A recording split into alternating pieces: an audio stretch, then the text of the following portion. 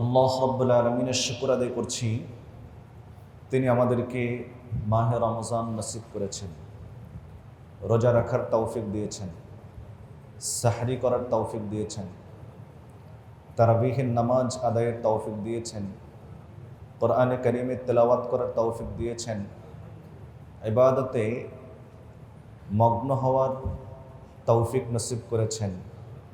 আজকের জুমার দিনে জুমার নামাজ আদায়ের জন্য আল্লাহর ঘরে আসার সুযোগ দিয়েছেন। অসংখ্য অগণিত অজস্র নিয়ামতে আমাদেরকে ভূষিত করেছেন, নিমজ্জিত রেখেছেন।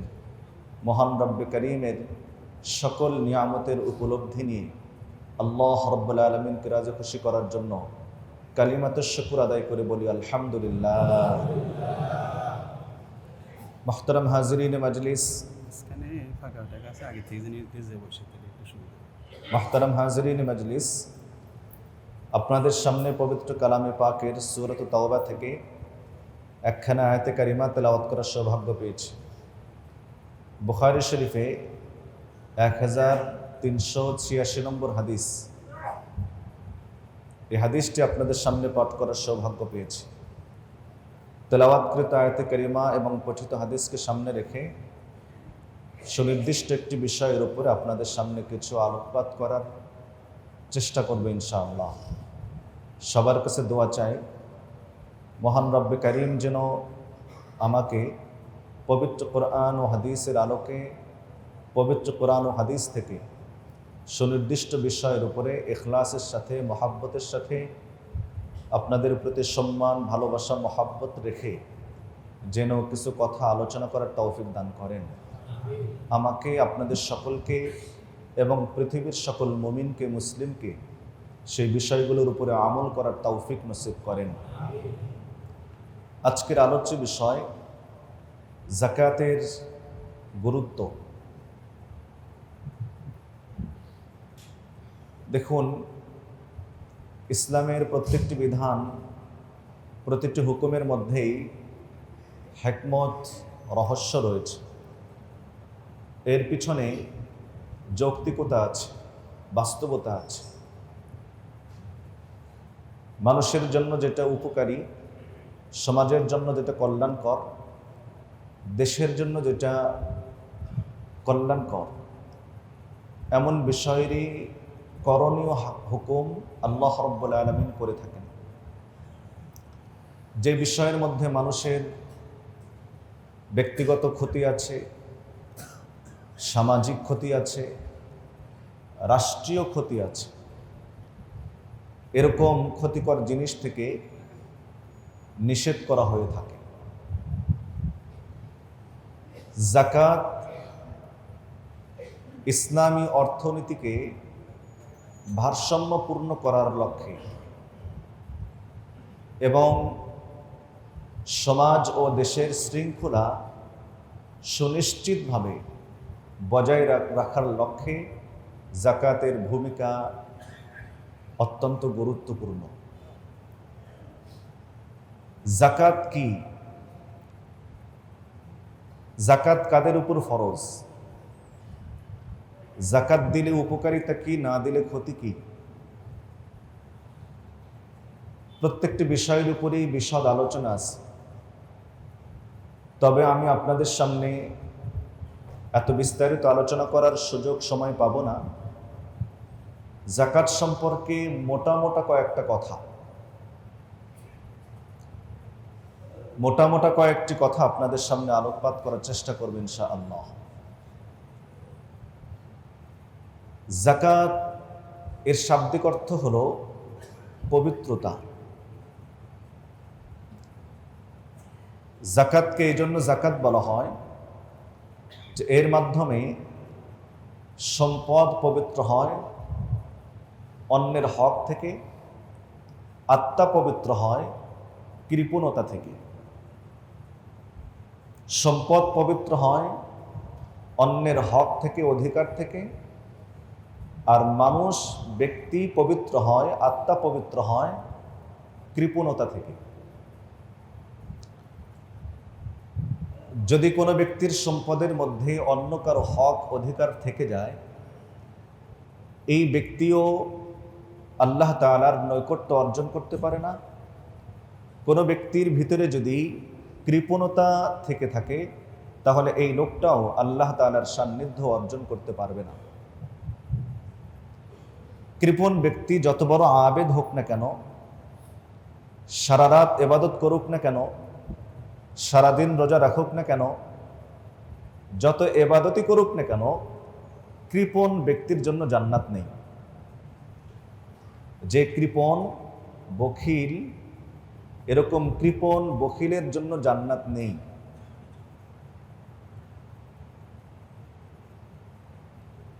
আসমান জমিনের ফাঁকা জায়গা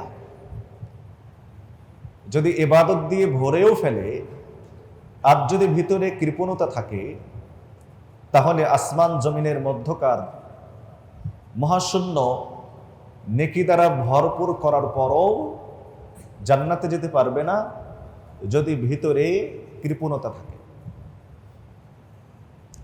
যাকাত মানুষকে পবিত্র করে কৃপণতা থেকে। যাকাত মানুষের সম্পদকে পবিত্র করে অন্যের হক থেকে।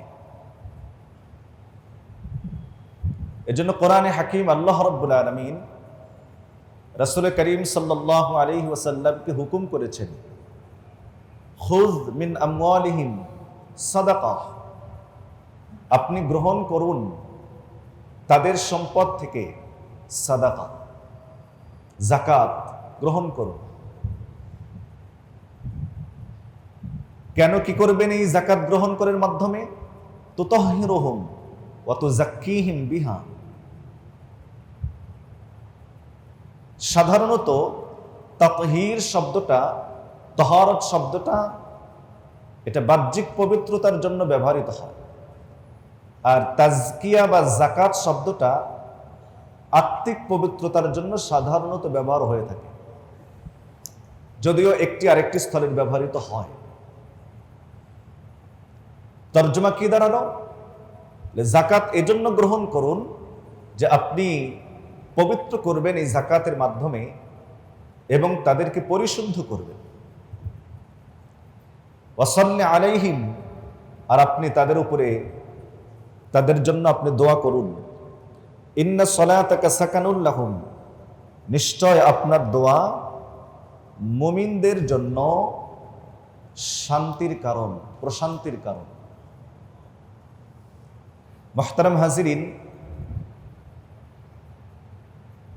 আপনাদের একটু দৃষ্টি আকর্ষণ করছি, যাদের সামনে ফাঁকা জায়গা আছে একটু আগের থেকে যদি পুরা করে বসেন তাহলে পরবর্তীতে কাতার পুরা করাটা সহজ হবে ইনশাআল্লাহ। মাঝখানে মাঝখানে যদি কোথাও ফাঁকা থাকে একটু মেহেরবানি করে পুরা করে বসেন। এত চেপে চেপে আবার বসেন না যে দীর্ঘ টাইম বসে থাকা আবার কষ্ট হয়। মোটামুটি ফাঁকা জায়গা যেখানে আছে এই জায়গাগুলো পুরো করে বসেন, মাশাআল্লাহ।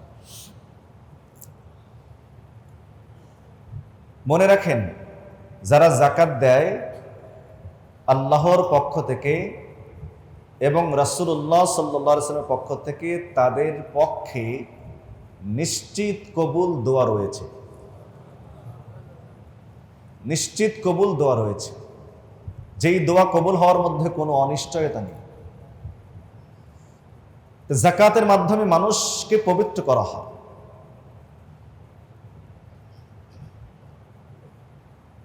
যাকাত ইসলামী অর্থনীতির ভারসাম্য রক্ষা করে।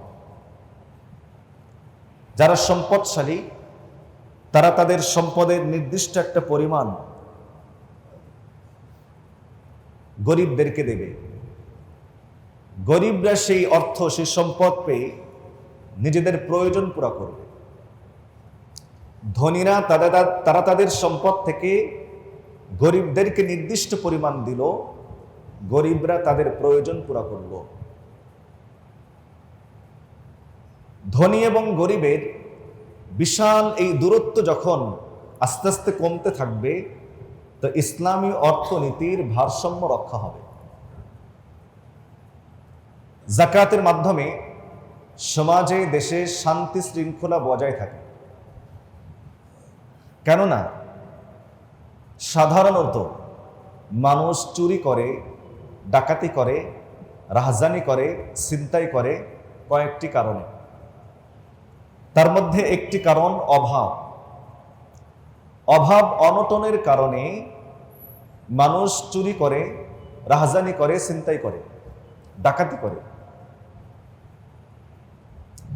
বর্তমান আমরা আমাদের দেশে দেখতে পাচ্ছি উঠতি বয়সের কিছু ছেলে তারা এই সমস্ত কাজে লিপ্ত। ছিনতাই করছে, রাহাজানি করছে, ডাকাতি করছে, চুরি করছে, চাঁদাবাজি করছে। না, চাঁদাবাজি করছে। মাত্র 14 বছর, 15 বছর, 18 বছর বয়সের ছেলেরা, এই কিশোররা, তারা এখন এই সমস্ত অন্যায় লিপ্ত। যদি আপনি গভীরভাবে চিন্তা করেন তাহলে এই সিদ্ধান্তে উপনীত হতে পারবেন যে এই ছেলেগুলো ছোটবেলা থেকে বঞ্চিত, লাঞ্ছিত, অবহেলিত। এমন সমাজে, এমন পরিবারে বড় হয়েছে এরা, এমন পরিবারে এদের জন্ম যেই পরিবার সামাজিকভাবে বঞ্চিত, লাঞ্ছিত, অপমানিত। এই বাচ্চাটা, এই ছেলেটা ছোট থেকেই লাঞ্ছনা, বঞ্চনা, অপমান এর শিকার হয়ে বড় হয়েছে।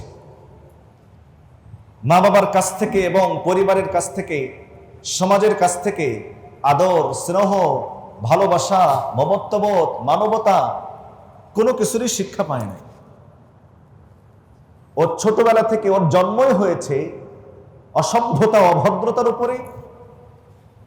বুঝ হচ্ছে অসভ্যতা, অভদ্রতার উপরে।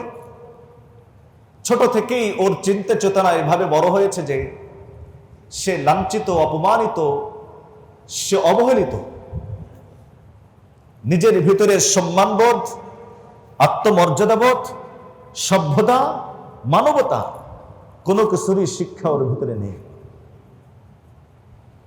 ফলে 14 বছরের কিশোর, 15 বছরের কিশোর, 18 বছরের উঠতি বয়সের যুবক ছিনতাইয়ের সাথে জড়িত, রাহাজানির সাথে জড়িত, ডাকাতির সাথে জড়িত, অস্ত্র হাতে তুলে নিতে বাধ্য, চুরি করছে, মানুষের জীবন নাশ করছে।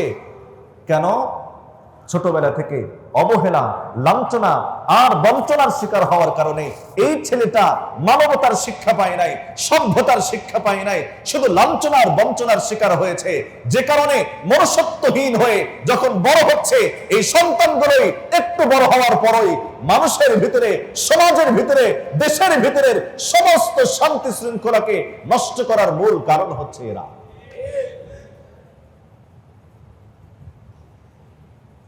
ওরা চিন্তা করে আমাদের টাকা নাই, যাদের কাছে আছে ওদের থেকে নিতে হবে, যেভাবেই হোক না কেন।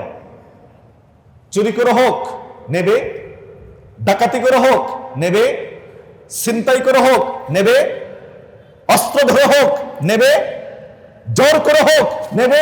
কারণ আমার কাছে টাকা নেই, ওর কাছে টাকা আছে, আমি পাই না, ও দেয় না, আমার প্রয়োজন পুরো করতে হবে, যেভাবে হোক না কেন।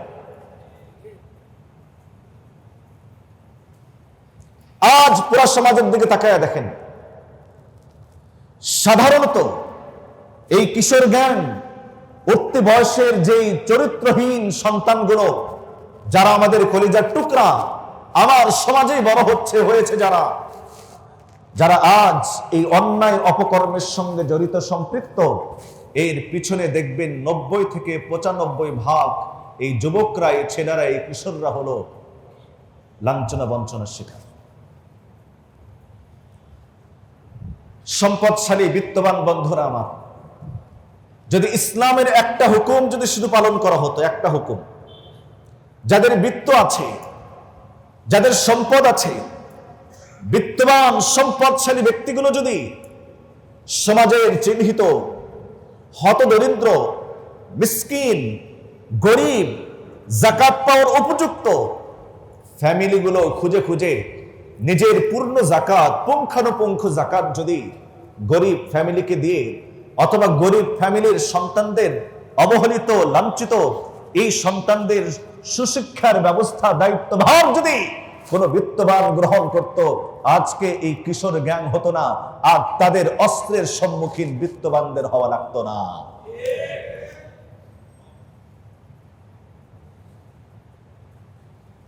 যাকাত সমাজের শান্তি শৃঙ্খলা রক্ষা করার নিশ্চয়তা প্রদান করে। আপনারা তো গল্প শুনেছেন, ঈদের দিনের ছোট বাচ্চার কান্না দৃশ্য নবীজি সহ্য করতে পারেন নাই। কারণ এতিমের কি পরিমাণ কষ্ট এটা নবীজির চেয়ে আর বেশি কেউ বোঝে না। রাসূল করিম সাল্লাল্লাহু আলাইহি ওয়াসাল্লাম এতিম বাচ্চাকে, পথ শিশুকে পথ থেকে, রাস্তা থেকে উঠিয়ে নিয়ে ঈদের দিনে আম্মা জান আয়েশা সিদ্দিকার কাছে উপঢৌকন হিসেবে দিয়ে বললেন, এটা তোমার সন্তান। আম্মা জান আয়েশা সিদ্দিকা রাদিয়াল্লাহু তাআলা আনহা তাকে সুন্দর করে গোসল করিয়ে দিয়ে উত্তম কাপড় পরিধান করায় দিয়া নবীজি তাকে বললেন যে তোমার পিতা নেই তো কি হয়েছে, আমি মুহাম্মদ তোমার বাবা আর আয়েশা তোমার মা। যায়েদ বিন হারিসা রাদিয়াল্লাহু তাআলা আনহাকে মক্কার বাজার থেকে কিনে এনেছিলেন। নবীজি তাকে আজাদ করে, মুক্ত করে নিজের সন্তান বলে আখ্যা দিয়েছিলেন। এজন্য সকলেই তাকে যায়েদ বিন মুহাম্মদ নামে চিনত। পরে কোরআনে কারীমের আয়াত নাযিল হওয়ার মাধ্যমে যায়েদ বিন হারিসা তার আসল পিতার দিকে সম্পৃক্ত করে ডাকা হয়েছে। যায়েদ বিন হারিসা রাদিয়াল্লাহু তাআলা আনহু তিনি গোলাম ছিলেন, গোলাম থেকে নবীজি তাকে মুক্ত করেছেন, স্বাধীন জীবন যাপনের সুযোগ করে দিয়েছেন। যায়েদ বিন হারিসার বাবার চাচা এসেছেন যায়েদকে নেওয়ার জন্য। পয়গম্বর বলেন, আমি যায়েদকে অনুমতি দিলাম, চাইলে আপনারা নিয়ে যেতে পারেন। যায়েদ যদি আপনাদের সঙ্গে যেতে চায় আর যদি সে আমার সঙ্গে থাকতে চায়, আপনারা জোর করে নেবেন না।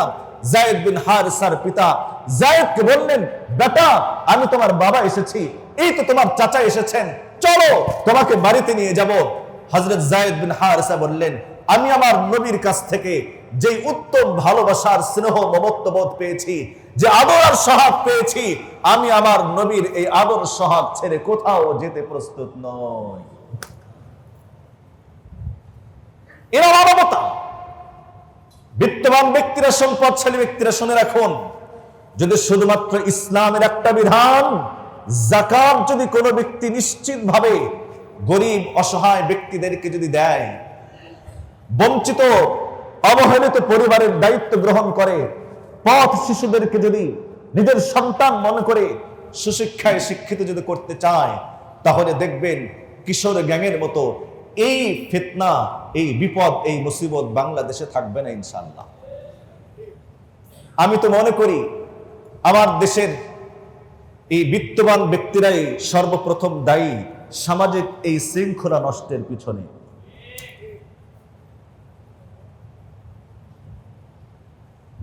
মনে মনে ভাবতেছেন যে হুজুর খালি আমাদেরকে টার্গেট করছে। টার্গেট আমি করিনি। বাস্তবতা চিন্তা করেন, আমরা যদি আমাদের এই দায়িত্বগুলো পালন করতাম, তাহলে এই অশান্তি আমাদের সমাজে বিরাজ করত না। যাকাত ইসলামী অর্থনীতির ভারসাম্য রক্ষা করে। যাকাত সামাজিক শান্তি শৃঙ্খলার নিশ্চয়তা প্রদান করে। মুহতারাম হাজিরিন, যদি কোনো ব্যক্তি আল্লাহর জন্য যদি যাকাত দেয়, তাহলে মহান রব্বে কারীম তার যাকাত, তার সম্পদ, তার সম্মান সবকিছুই বাড়ায় দেন। এটা তো দুনিয়ার ফায়দা। আমরা আপাতত দুনিয়ার ফায়দা নাই নিলাম, আখিরাতের জন্য বড় ফায়দা আছে।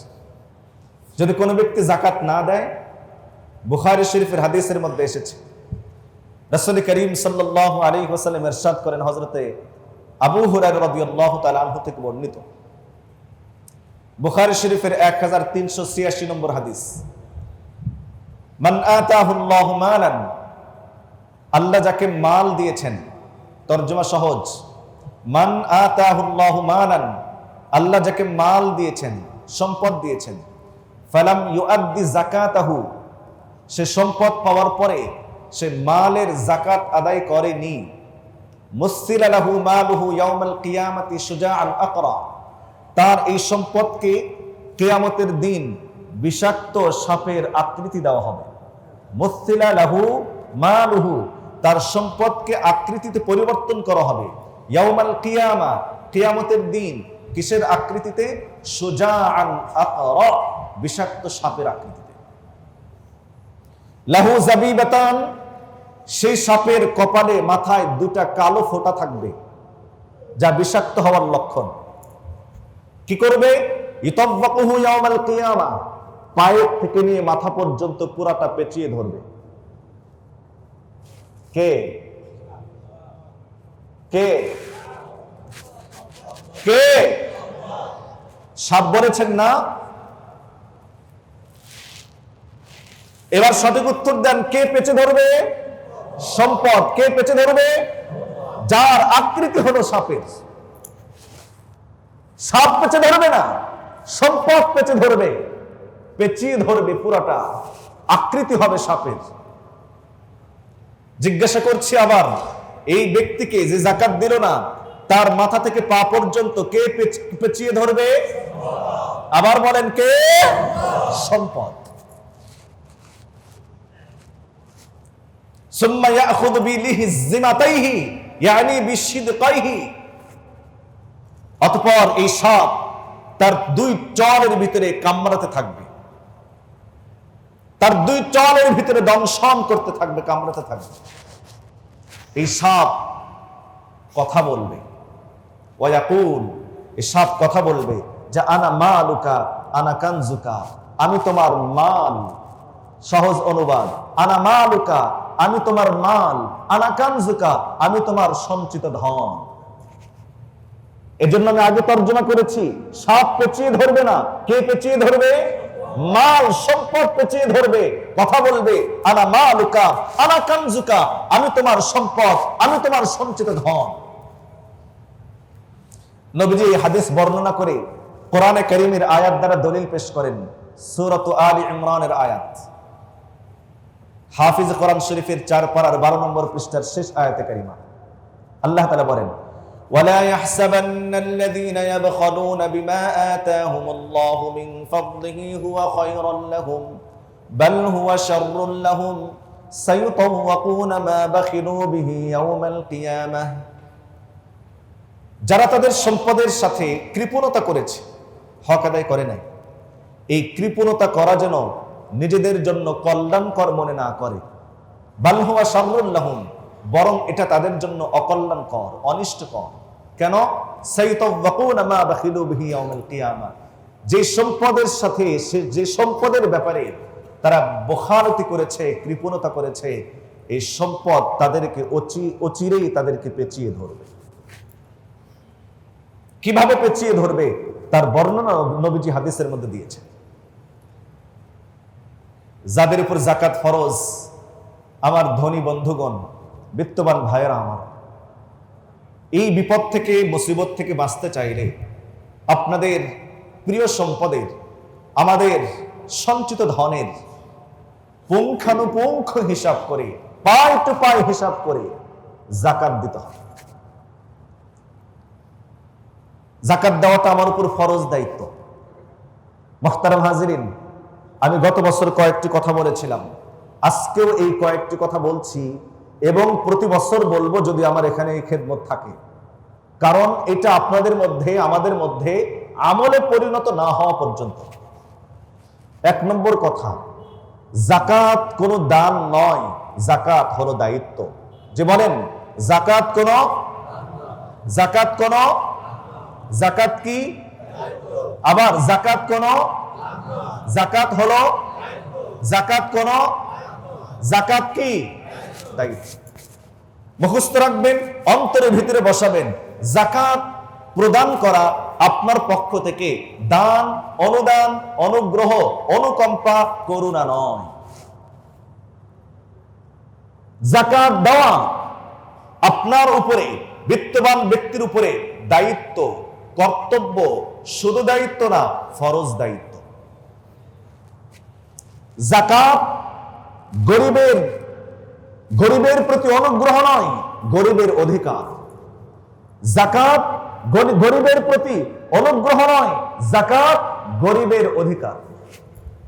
অধিকার দিয়েছেন কে? কোরআন শরীফের সূরাতুল মাআরিজে আল্লাহ রাব্বুল আলামিন ইরশাদ করেন, ওয়া ফি আমওয়ালিহিম হাক্কুম মা'লুম লিস-সাইলি ওয়াল মাহরুম। ওয়া ফি আমওয়ালিহিম, বিশ্বাস করব যাকাত অনুগ্রহ নয়, অনুদান নয়, যাকাত হলো অধিকার। যাকাত। সাইদুর রহমান বাচ্চু ভাই উনি আমাকে কয়েকটি বিষয়ের ইঙ্গিত দিয়েছেন, বাকি মুসল্লিরা খুব ভালোভাবে নেননি। কারণ চলমান বক্তৃতার মাঝে এভাবে ব্রেক করানো, এটা আমি এর আগেও দেখেছি, মুসল্লিরা ভালোভাবে নেন না। আমি আমার ভাইকে পরামর্শ দিব, যদি কোনো পরামর্শ থাকে আমার প্রতি, তাহলে অবশ্যই বয়ানের আগে অথবা বয়ানের পরে আমাদেরকে পরামর্শ দিলে ভাইয়ের পরামর্শগুলো ইনশাল্লাহ আমরা আপনাদেরকে শোনাতে পারবো। আমাদের ধারাবাহিক বয়ানের মধ্যে কোনো বিঘ্নতা সৃষ্টি হবে না ইনশাল্লাহ। কি বলেন? আল্লাহ তাআলা সঠিকটা বোঝার তৌফিক দান করেন। আমার দায়িত্ব, কর্তব্য মানুষদেরকে সঠিক পরামর্শটা প্রদান করা, গ্রহণ করাটা হলো প্রত্যেক ব্যক্তির নিজ নিজ দায়িত্ব, কর্তব্য। আমার প্রিয় ভাই, আল্লাহ তাআলা ভাইয়ের এই পরামর্শগুলোকে আমাকে আপনাদের সামনে বলার তৌফিক দান করেন, আমিন।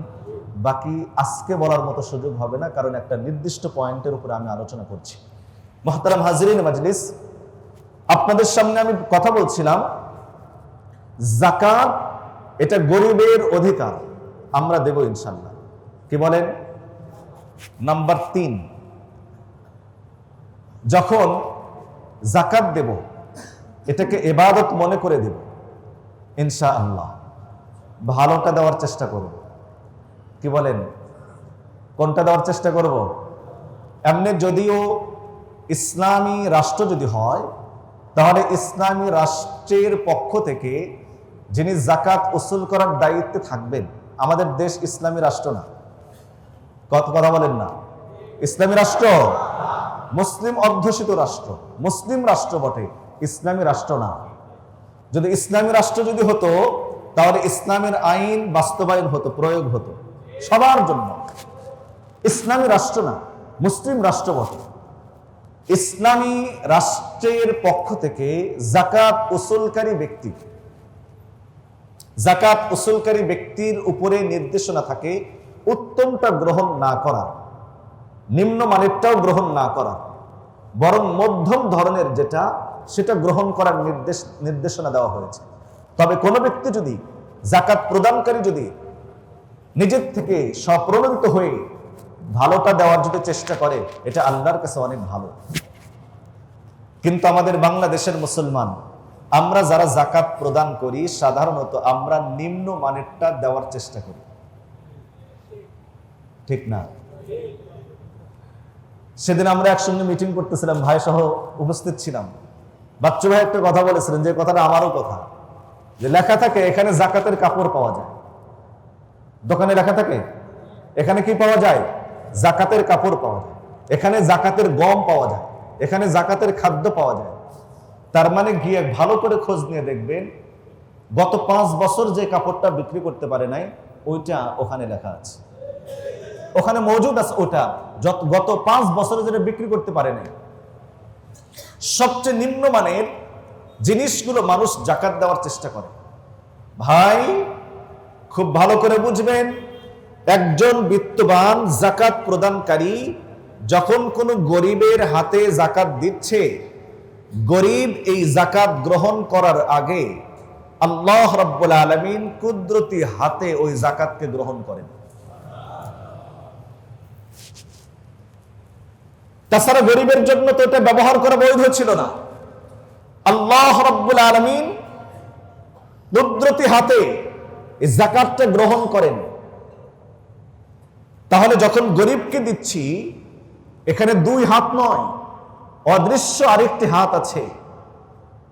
প্রথম হাত হলো যিনি দিচ্ছেন, দ্বিতীয় হাত হলো যিনি নিচ্ছেন। দাতা আর গ্রহীতার হাতের মাঝে অদৃশ্য একটা হাত আছে, সে হাত হলো আল্লাহ রাব্বুল আলামিনের কুদরতি হাত। যখন যাকাত দিচ্ছি, তো আল্লাহ তাআলাকে দিচ্ছি, আল্লাহর হাতে যাচ্ছে, এটা বিশ্বাস করবেন। কেননা আল্লাহ তাআলা কুদরতিভাবে গ্রহণ করে এরপরে গরিবের হাতে সেটা পৌঁছে, তো আল্লাহকে দেওয়ার সময় নিম্নমানেরটা দেওয়াটা ঠিক নয়। নিম্নমানেরটা দেওয়া কি ঠিক? কোরআন শরীফের একটা আয়াত শুনেন, সূরা আলে ইমরানের আয়াত।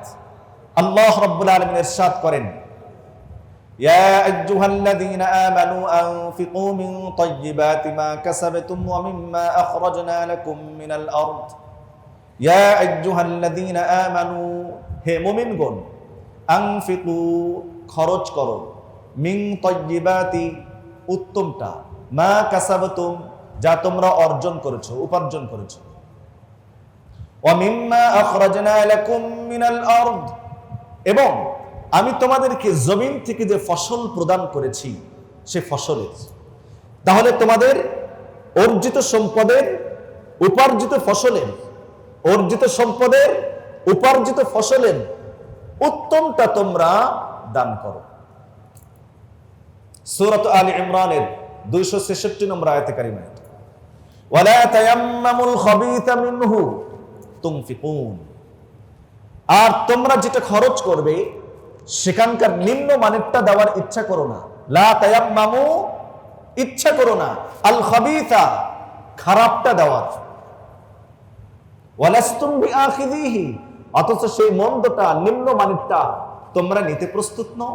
ইল্লা আন তুগমিদু ফি, তবে চোখ বন্ধ করে যদি নাও। তার মানে লজ্জার সাথে, নিজেকে ছোট মনে করে, হীনমন্যতার সাথে তোমরা অনেক সময় হয়তো নাও, কিন্তু বাস্তবে নিতে চাও না। এমন নিম্নমানের জিনিস আল্লাহকে দাও কেমন? এবার বাস্তবতা বোঝেন। গ্রাম অঞ্চলের মানুষগুলো চাউল দান করে, ফকির মিসকিনকে দেয়, যেটা নিজেরা খাইতে পারে না। কথা বলেন না? যে কাপড় দেয় ওইটা যেটা নিজেরা আর পড়তে পারে না। টাকা পয়সা মসজিদে যেগুলো দান করে, কোনটা দেয়? বেশিরভাগ মানুষ সবচেয়ে ছেঁড়াটা দেয়, অথবা আপনার হচ্ছে পুরানটা দেয়। আমরা প্রত্যেক জুমাতে এটা দেখে থাকি, যখন আমাদের ক্যাশিয়ার সাহেব সহ দায়িত্বশীলরা যখন টাকা গণে। এই এক বছরে, গত বছর আমি এই কথাটা বলেছিলাম, এরপরও গত এই এক বছরে ক্যাশিয়ার সাহেব যে আমাকে কতদিন বলছে, হুজুর একটু মসজিদে বলে দিয়েন মানুষ যেন এই ছেঁড়া টাকা না দেয়। এমন টাকা দেয় যে টাকাটা আমি যদি বলি চলবে না, হয়তো আমার বিরুদ্ধে মামলা করতে পারেন, কিন্তু এমন টাকা যেটা আমরা চালাইতে পারি না। কথা বলেন না? 5 টাকার নোট দিছে, ফালাইয়া দেওয়ার উপযুক্ত, ওটা ব্যবহার করা যায় না। 10 টাকার নোট দিছে, আগাগোড়া পুরাটা ছেঁড়া, পুরা কষ্টেপ মেরে ওই টাকা হলো মসজিদে দিছে। কেন? মসজিদের ইমাম সাহেব আপনার টাকা নেন? সভাপতি সাহেবের দরকার আছে?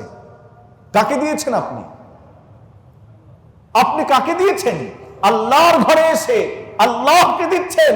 আর ওইটা যেটা কেউ নেয় না, রিক্সাওয়ালা নেয় না, ভ্যানওয়ালা নেয় না, মুচি নেয় না, আপনি সেই অচল অথবা সবচেয়ে নিম্নমানের টাকাটা দিচ্ছেন আল্লাহকে, অথচ এই আল্লাহ না আপনাকে সব সম্পদ দিয়েছেন।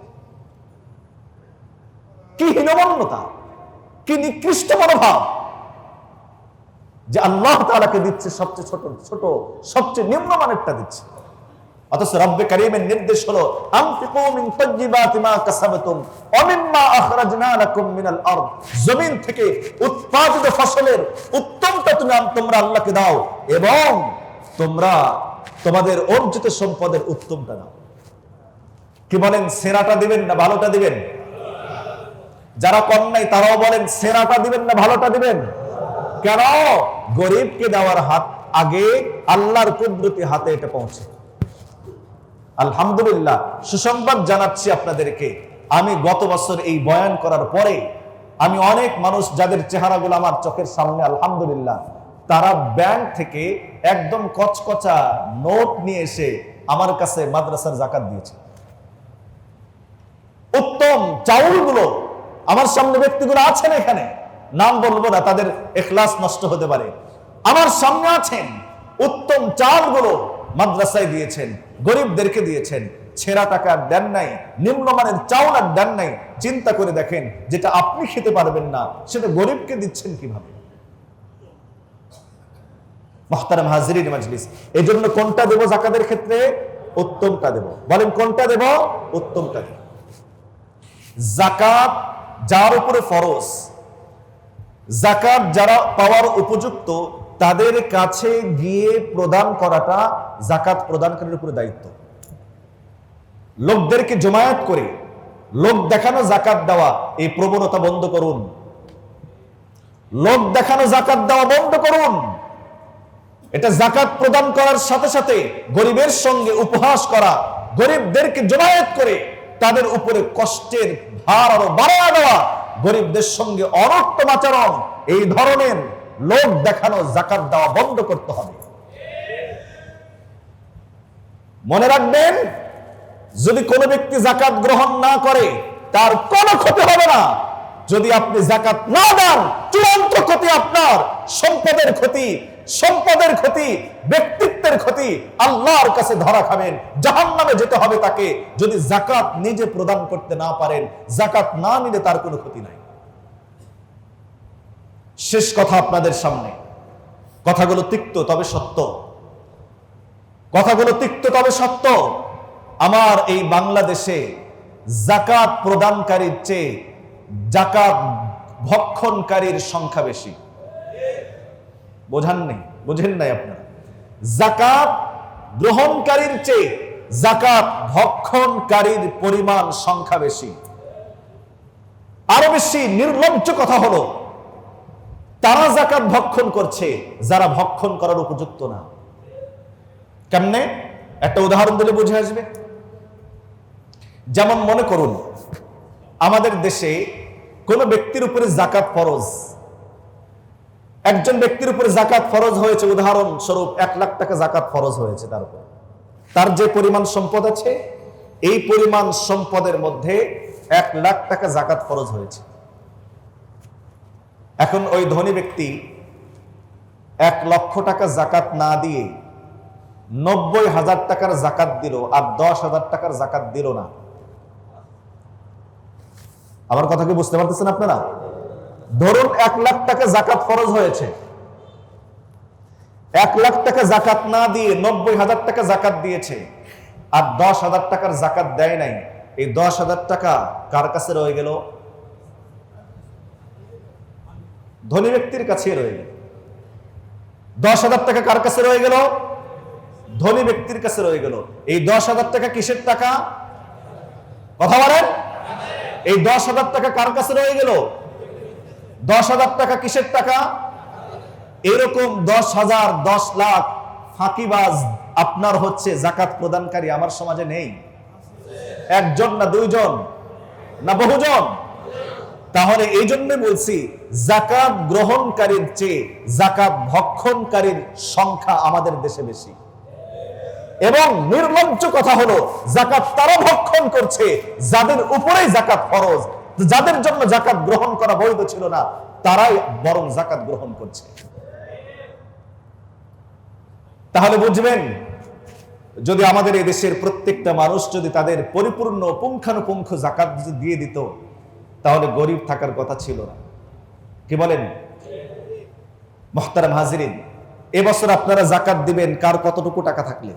মাসআলাটা বলে শেষ করে দেব। আমাদের সম্মানিত ডিসি মহোদয় এবং আমাদের এই মসজিদের সম্মানিত সভাপতি মহোদয়, উনি আজকেই প্রথম এসেছেন আমাদের মসজিদে। বেশ কয়েক মাস হলো আমাদের সিরাজগঞ্জের উনি দায়িত্ব পালন করছেন। আপনাদের সঙ্গে সৌজন্য এবং শুভেচ্ছা বিনিময় করবেন। আমি শর্টকাট মাসআলা বলে দিচ্ছি আপনাদেরকে 2-3টা। 1 নম্বর হলো, এবছর নিসাব, যে পরিমাণ সম্পদ থাকলে একজন ব্যক্তি সাহেবে নিসাব হয়, বছর অতিক্রান্ত হলে যাকাত দিতে হয়। এই সম্পদ নিসাব নির্ধারণ করা হয়েছে আমাদের সিরাজগঞ্জের শীর্ষস্থানীয় উলামায়ে কেরাম। তারা তাদের একটি জেনারেল বৈঠকে আপডেট বাজার দর যাচাই করে এবছর সিরাজগঞ্জবাসীর জন্য নিসাব নির্ধারণ করেছেন 65,000 টাকা রূপার মূল্যে। কিসের মূল্যে? রূপার মূল্যে 65,000 টাকা। স্বর্ণের মূল্যটা বললাম না, কারণ যখন রূপার মূল্যটা হয়ে যায় তখন আর স্বর্ণের মূল্যটা এটা আর ধর্তব্য থাকে না। রূপার মূল্যে ৬৫,০০০ টাকা হলো এবছর নিসাব পরিমাণ মান।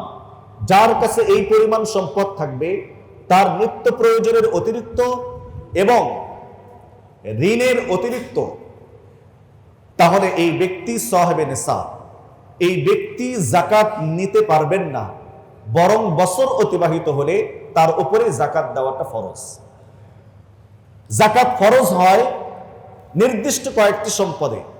১ নম্বর স্বর্ণ, ২ নম্বর রূপা, ৩ নম্বর ব্যবসায়ী পণ্য, ৪ নম্বর নগদ টাকা, ৫ নম্বরটা বললাম না, প্রয়োজন নাই। তাহলে ১ নম্বর সোনা, ২ নম্বর রূপা, ৩ নম্বর ব্যবসায়ী পণ্য, ৪ নম্বর নগদ টাকা। শিরোনাম বললাম। মুহতারাম হাজিরিন, এই বছরের সাদকাতুল ফিতির আটার মূল্যে ৯০ টাকা, খেজুরের মূল্যে ২৫০০ টাকা, কিসমিসের মূল্যে ৩,০০০ টাকা। আবারও বলছি, আটার মূল্যে ৯০ টাকা, খেজুরের মূল্যে ২৫০০ টাকা, কিসমিসের মূল্যে ৩,০০০ টাকা। আমরা যারা সাদকাতুল ফিতর আদায় করব, সবাই যেন খালি ৯০ টাকা দিয়ে আদায় না করি। যাদেরকে আল্লাহ তাআলা সম্পদ সামর্থ্য বেশি দিয়েছেন, তারা যেন খেজুর এবং কিসমিসের মূল্যেও যেন আমরা সাদকাতুল ফিতর আদায় করতে পারি ইনশাআল্লাহ। মুহতারাম হাজিরিন, শেষ কথা, আপনাদের কাছে রমজান মাসে অনেক মানুষ জাকাত সাধারণ দান নেওয়ার জন্য আসবেন এমনভাবে যে আপনাদেরকে বিরক্ত করে ছাড়বেন, কিন্তু অনুরোধ, বিরক্ত হবেন না। যারা জাকাত নিতে আসছেন, তারা আপনার ফরজ ইবাদতের কাজে সহযোগিতা করতে এসেছেন, তাকে সেইভাবে সম্মান দিয়ে বাস বিদায় করার চেষ্টা করবেন। অনেক আলেম ওলামাও আপনাদের কাছে আসবেন, তাদের সঙ্গে সম্মান এবং মর্যাদার আচরণ করবেন। আল্লাহ রাব্বুল আলামিন যেন আমাদের সকলকে বোঝার তৌফিক দান করেন। জাকাত যেহেতু ফরজ, সুনির্দিষ্ট খাতে যেখানে জাকাত সঠিকভাবে আদায় করা হচ্ছে, এরকম জায়গায় জাকাত দেওয়ার জন্য চেষ্টা করব। আমাদের সম্মানিত ডিডি মহোদয়, ইসলামিক ফাউন্ডেশনের উপপরিচালক এখানে উপস্থিত আছেন। সরকারি ফান্ডে জাকাত দেওয়ার জন্য আমাকে আপনাদের সামনে বলতে বলেছেন। কতটুকু স্বচ্ছতা আছে এটা ডিডি মহোদয় ভালো বলবেন, ভালো বলতে পারবেন। যদি কারো দিল থেকে পরিষ্কার পরিচ্ছন্ন হন, সরকারি ফান্ডে জাকাত দিলে সঠিক খাতে ব্যয় হচ্ছে, খাত অনুযায়ী ব্যয় হচ্ছে, তাহলে দিলে কোনো অসুবিধা নাই। আর যদি আপনি আপনার আশপাশের গরিব অসহায় মানুষদেরকে স্বাবলম্বী করতে চান জাকাত দিয়ে, সেটাও করতে পারবেন। আল্লাহ রাব্বুল আলামিন যেন আমাদের সকলকে কথাগুলো বোঝার এবং আমল করার তৌফিক নসিব করেন। এখন আপনাদের সামনে সৌজন্য বিনিময় করবেন, শুভেচ্ছা বিনিময় করবেন সিরাজগঞ্জ জেলার সম্মানিত সুদক্ষ জেলা প্রশাসক, আমাদের অত্র মসজিদের সম্মানিত সভাপতি জনাব নজরুল ইসলাম স্যার। আমি স্যারকে শুভেচ্ছা বিনিময় করার জন্য অনুরোধ জানাচ্ছি।